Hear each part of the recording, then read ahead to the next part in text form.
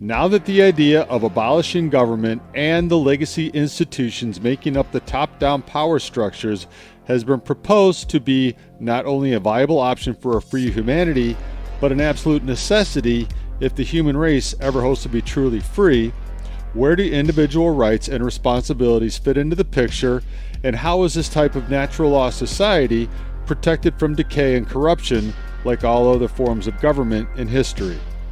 How would we ensure that everyone was protected against one another or from the public service administrations and corporations?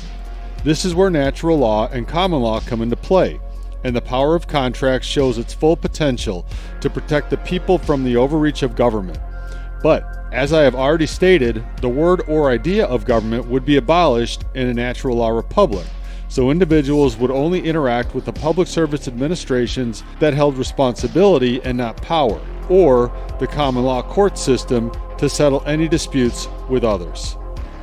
In law, the contract is everything. Signed agreements between two parties hold the most power in a court of law over anything else.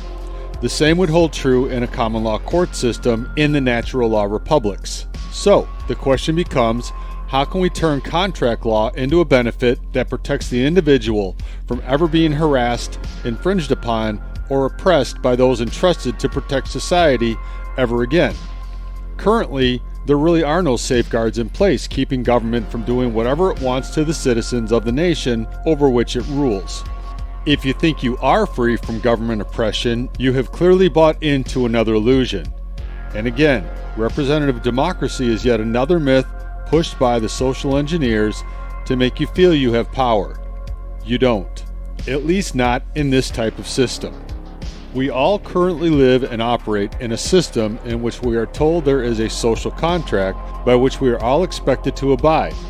But like the false idea of democracy, this is yet another ruse given to us by the parasitic and predatory class to give us the perception that they actually care about us and that we and our rights are protected. They don't care about you, and your rights aren't protected. All we have to do is look back to 2020 to understand this to be the undeniable fact. Under the current system, your rights are completely arbitrary based on the mood of the criminals in charge of creating the narrative with which the public largely and almost always falls into lockstep. Rights that can be taken away on a whim are not rights at all, and in a society that operates in this manner, freedom is merely an illusion as well. The social contract is yet another collectivist or communitarian construct devised to create an atmosphere of community policing in which everyone becomes a spy for the nanny state, ratting out their neighbors and peers for not following socially accepted rules, mores, or standards dictated by the almighty government. We see the overwhelming power of this ideology everywhere right now with the completely absurd mask mandates, social distancing, and vaccine implementation around the world. You can't go almost anywhere without being henpecked by some mindless do-gooder virtue signaling for the crowd. It is becoming a well-planned, nightmarish New World Order society that will only get worse once social credit scores and the immunity passports are introduced into the mix.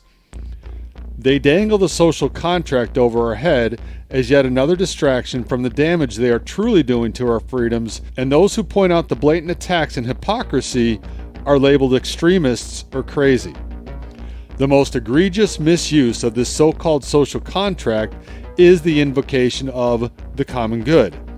It is a term used by democratically elected leaders to let their proletariat submissives know that we have responsibilities to the collective that is greater than the responsibility to our own self, free will, or well-being.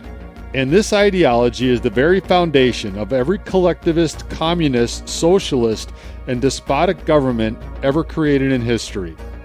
It is an idea that the community and the state is of utmost importance and that we must sacrifice our sense of self for the greater good, whether there is any logic, science, or proof whatsoever of this common good or the events used to invoke it at all. It is a term used to oppress, and it is a very dangerous idea to allow to spread in a free society. But here is an idea that I don't believe I've ever heard proposed by anyone in history. At least, I've never come across it in any of my study or research over the years. So as far as I am concerned, it is a unique and original idea that I feel is well beyond time for implementation in society to protect the individual and their God-given rights. So hear me out here. What if we actually were to create a real physical social contract that each and every person in every natural law republic would sign and have on file with their local common law court that declares their individual sovereignty, their rights as a completely free human being, and their responsibilities to others and society? What if this contract that was on file was legally binding in a court of common law and allowed every single individual to live their lives as they so choose, so long as their choices didn't infringe upon the rights of others to do the same, and that the PSA had no right to infringe on any of those rights for any reason whatsoever? It would essentially keep everyone in their lane, so to speak. The only way that anyone might temporarily suspend their rights would be if and only when that individual violated certain responsibilities by violating their social contract. Even then, any accusations and violations would have to be brought to a court of common law and the matters handled there in a fair and just manner. This is definitely not a vigilante justice type of society or one of lawlessness. It is a society of rules based in natural law. There would be 3 types of social contracts. One for everyone in society, regardless of status. Every single individual would have sovereignty over their own lives. Then there would be one for everyone in the Public Service Administration, with added responsibility to ensure they honor their oath to serve and protect the rights of the individual. And finally, one for all businesses and corporations as part of the articles of their incorporation, but that will be covered in an upcoming video. I think this type of system would be a powerful constraint on the PSAs to maintain their responsibilities to serve the public and allow each and every individual to live their lives in peace, without fear of overreach from the oppressive forces of government under which we all now currently live. I feel it would also create a powerful incentive for everyone to live a more moralistic and cooperative life, as they wouldn't want to be held responsible for personal actions that harm others or their property. Most people already operate their lives in this manner anyway, so it wouldn't be a great burden to bear or a radical social change. But it would also make those who have taken advantage of the system and others in the past think twice, and also put an airtight seal on the protections of personal individual rights. This type of social contract would be the firewall of protection that everyone currently believes is afforded them by the U.S. Constitution, but rarely holds because the system is so corrupted and broken. And for everyone who still believes we are operating under such a constitutional republic that actually protects them and their rights, they haven't done a second of research into our true history. Much has been said and written about the Constitution of the United States over the decades and generations, but Lysander Spooner wrote probably the most powerful critique in our history in his magnum opus, The Constitution of No Authority. Spooner argues that the Constitution only applied to those whom signed it, and only while they were still living. Noah Webster also said a Constitution should only be viable for 1 generation. We have had ours now for 8 generations. It is simply a fiction we only believe to be true, but the ideas that make us want to believe it can be used in a new Constitution that actually protects the people.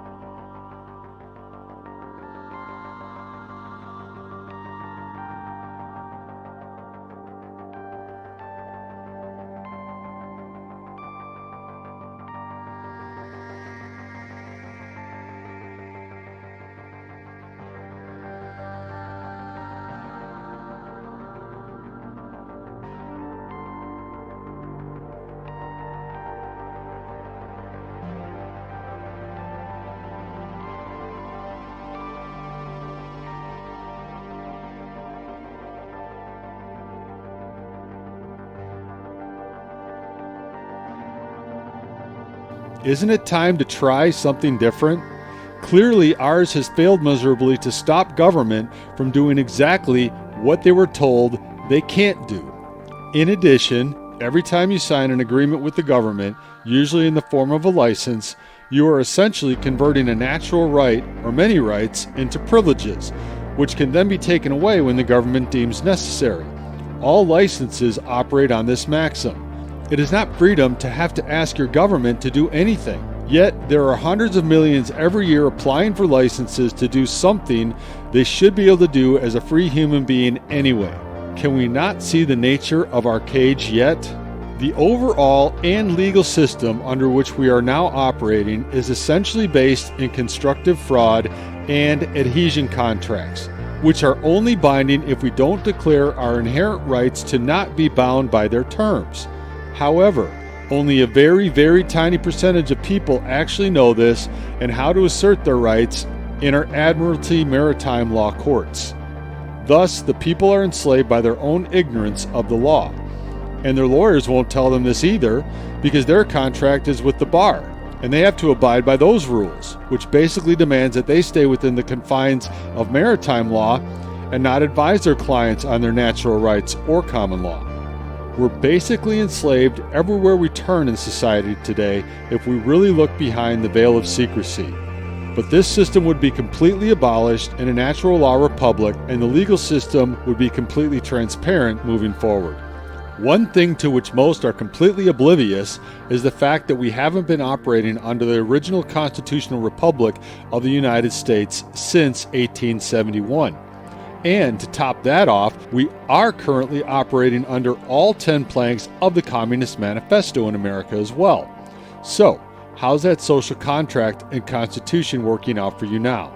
Once again, we, the people, have been greatly deceived into believing things that are against our best interest to believe, and because we act on those false beliefs, this nation is suffering greatly, in addition to billions more around the world. And this is just the beginning of the end for us if we don't stand up and create something new to replace this false paradigm that has destroyed us over the past 150 years. The current system is in no way going to save you or restore your freedom ever again. It has been designed to enslave you exactly the way it has for the past 5 generations. We only have 2 choices: continued enslavement or freedom as we have never known it in our lifetime. Something as simple as an actual social contract that every person in a nation has between themselves, others, and their PSA is an incredibly powerful idea whose time has come. I think anyone that understands how government currently operates and how their rights are violated on a daily basis can see the immense power of having something like this social contract with real teeth to protect them from ever being abused or oppressed by their government ever again. And if for whatever reason this contract is violated by the PSA, the individual would have every right to sue and be compensated by the individual representative of the PSA who violated the terms of the contract. The public at large would not be held liable for compensation to those aggrieved by the state, as they are currently in this completely backwards and unjust system of legalese. The way things are now, government goons get a slap on the wrist and the taxpayer always foots the bill. And they call this justice? Can you see the power in this simple idea?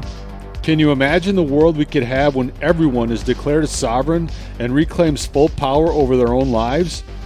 If you're not getting excited about doing everything you can to bring this type of society about, you may want to check your pulse to see if you're actually alive, because this is the type of thing that humanity has been waiting for since the first recorded history 6 millennia ago in ancient Sumeria.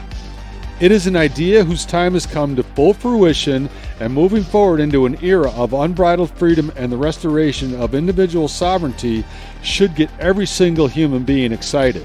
Unless, of course, you're one of the psychopaths who have the desire to control everyone else. Then you're probably not a fan, but you've had your 6,000 years to do your damage, and that damage has been immense.